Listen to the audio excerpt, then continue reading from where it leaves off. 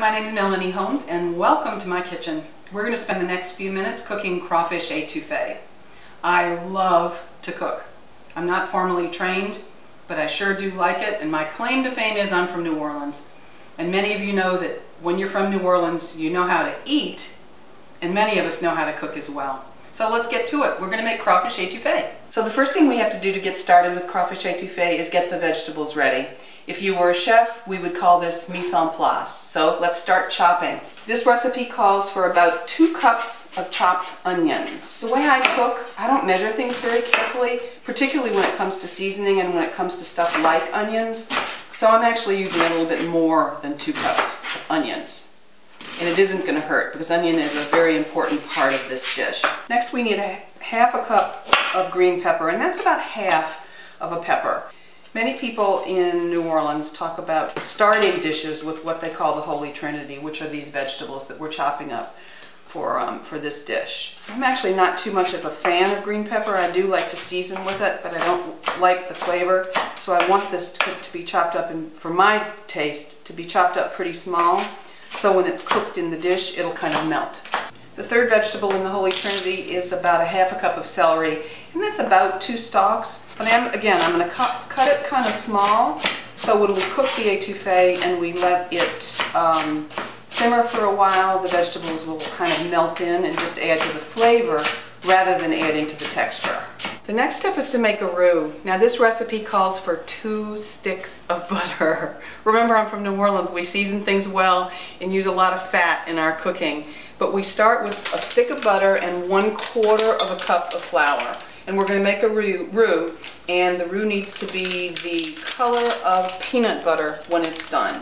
Let's get the butter melted before we put in the flour, so the flour won't be on the hot pan without the oil. Okay, the butter's melted, so let's put the flour in now, and we're going to stir it. You have to stir a roux constantly. It's something that will burn very, very quickly.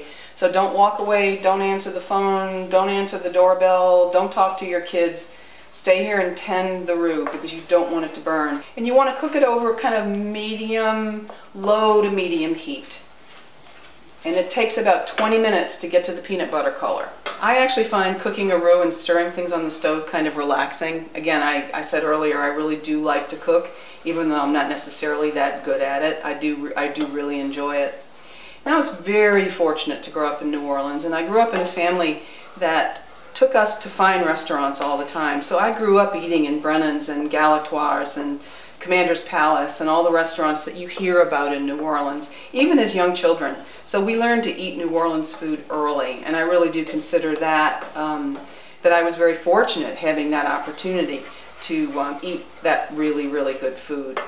We're making crawfish etouffee today, which I mentioned, and etouffee people say comes from a French word to smother, and Cajun cooking and Creole cooking uses a lot of gravy and a lot of sauces on top of seafood and other meats, a lot of wild game, particularly in southwestern Louisiana. And so we're smothering crawfish today in a gravy that's made of onions, a roux, some other vegetables, and some other liquids that you'll hear about in a few minutes. We've been stirring this roux for about 12 minutes probably, and it is darkening, but it isn't quite to the color I want it. Remember, we want it to look like peanut butter. It won't be the consistency of peanut butter, but it'll be about the color of peanut butter. So we have a few minutes to go. Okay, it's been about 20 minutes. I think the roux is about done. Next step, we're going to put another stick of butter in here. Now remember, this recipe serves 8, so you're not one person eating 2 sticks of butter. But I will admit, there is a lot of butter in this recipe. That's why it tastes so good. Okay, since the roux is ready, we're going to put the second stick of butter in now. Lots of good butter in this. It's going to kind of foam up when you do this. It's kind of cool looking. Be careful you don't splash yourself when you put it in though, because that flour and butter is extremely hot.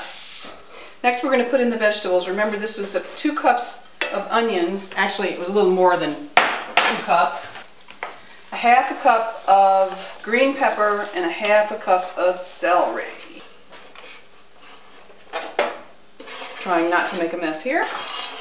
And then we're going to saute these vegetables until they've softened a little bit. They're in a nice mess of butter and flour. The pan is good and hot. Okay, now I'm going to put in 2 garlic cloves. You could either chop these yourself. I just use a garlic press. I find it a lot easier. And we don't want big hunks of garlic in the sauce. We want it to melt in and just be flavoring. So the garlic press works really well. Now let's add some seasoning to this. I'm going to add, doesn't seem like a lot, but it's going to taste good, about a quarter of a cup, not a cup, sorry, a quarter of a teaspoon of thyme, and I heap it. It's a heaping teaspoon of thyme. I'm also going to add quarter of a teaspoon of paprika. As you can see, I'm a little messy about it, not measuring precisely there. And this is sweet paprika, not hot paprika. I'm putting in 1 bay leaf. We're going to have a tablespoon of Lea & Perrins, or Worcestershire sauce. Many people have trouble saying that. It's even harder to spell it, but anyway, about a tablespoon of Lea & Perrins. Once again, I don't measure very carefully. Now we'll stir the seasonings in so they can distribute among the veggies. Now we're going to add the liquid. 2 cups of really whatever you want. You could add water, you could add chicken stock, and I'm using low sodium chicken broth, or you could use fish stock. One caution I have, be careful with your salt. If you do use some sort of a broth with salt in it, be very careful with how you salt the dish. And notice I haven't put any salt in yet. I'm waiting to make sure that I don't over salt. So that was 2 cups of some sort of a liquid. Again, I use low sodium chicken broth. In addition to that, we're going to put 4 tablespoons of brandy. You're going to see my precise measurements again here with this. And actually, we should turn the fire off before we do the brandy because we don't want to start a fire. So I will turn the fire off just to be safe. And it's 4 tablespoons of brandy. You're not going to taste the brandy, it's going to cook out, but it does add some depth of flavor to the dish, and I think it actually makes it quite good. You could measure or not. I tend to not measure again, as I keep saying with my seasonings, but put in some fresh ground pepper. And as I said earlier, I'm going to wait for the salt until I taste it to make sure that the chicken broth, even though it says low sodium, doesn't have too much. And then one final spice that I haven't put in, I'm going to put a pinch of cayenne pepper here. Be very careful with cayenne pepper. So a pinch or so of cayenne pepper, it's going to add some heat. When you're finished cooking and you're tasting for seasoning, you can always add some Tabasco if you want more heat in your crawfish etouffee. Now that all the liquid is into this, we're going to let this simmer uncovered about 30 to 45 minutes. I'm going to stir it occasionally to make sure that it doesn't burn on the bottom, but we're just going to sit here and let it simmer. In the meantime, I'm going to cook some rice because you want to serve your crawfish etouffee over rice. So I'm going to end up with 6 cups of rice. But the way I do rice, you know, I do really well with rice. I never have problems with my rice. I put twice as much water as rice into the pot. I salt the water pretty much. Once the water starts to boil, I put in the rice, bring it to a boil, put it down to a simmer, cover it, and let it cook for 20 minutes. And it's perfect every time. So I'm putting 3 cups of rice into 6 cups of salted boiling water. And let it come to a boil once more. And then once it's boiling again, I'll bring it down to a simmer, cover it, leave it for 20 minutes. In the meantime, the etouffee is simmering. Don't forget to stir it every once in a while. You might get a skin on the top since it's uncovered. That's okay. Just stir the skin into it. It's not a problem. It'll melt right in. But I like to leave this uncovered because you do want it to concentrate and reduce a little bit.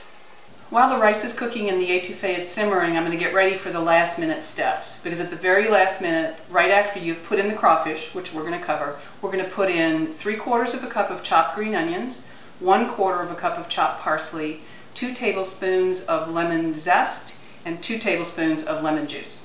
Okay, so the vegetable stock and roux mixture has been cooking for 30-ish minutes. It's reduced considerably, as you can see, and now it is time to add the crawfish.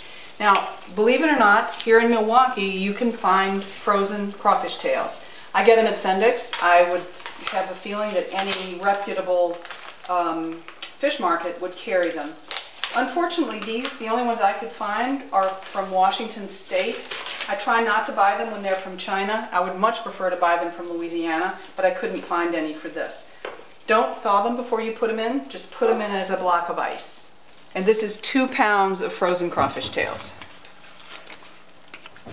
If I cover these, they'll probably thaw faster.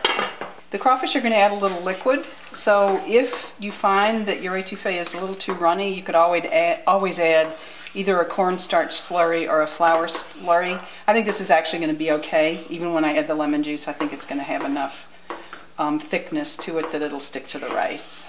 So I think the crawfish have thawed and it's hot, so I'm going to add the last minute vegetables, which were green onions and parsley. Stir that around. That'll give a nice fresh taste to the etouffee, because most of the vegetables have been simmering for quite a while, and this will give a nice fresh taste. Then we're going to add the lemon zest and the lemon juice, and that will definitely add a fresh taste. That's the zest of 1 lemon or 2 tablespoons, however you want to measure it. And the juice of 1 lemon, I'm going to squeeze it into my hand, hoping that I'll catch the seeds. We'll stir this new stuff in.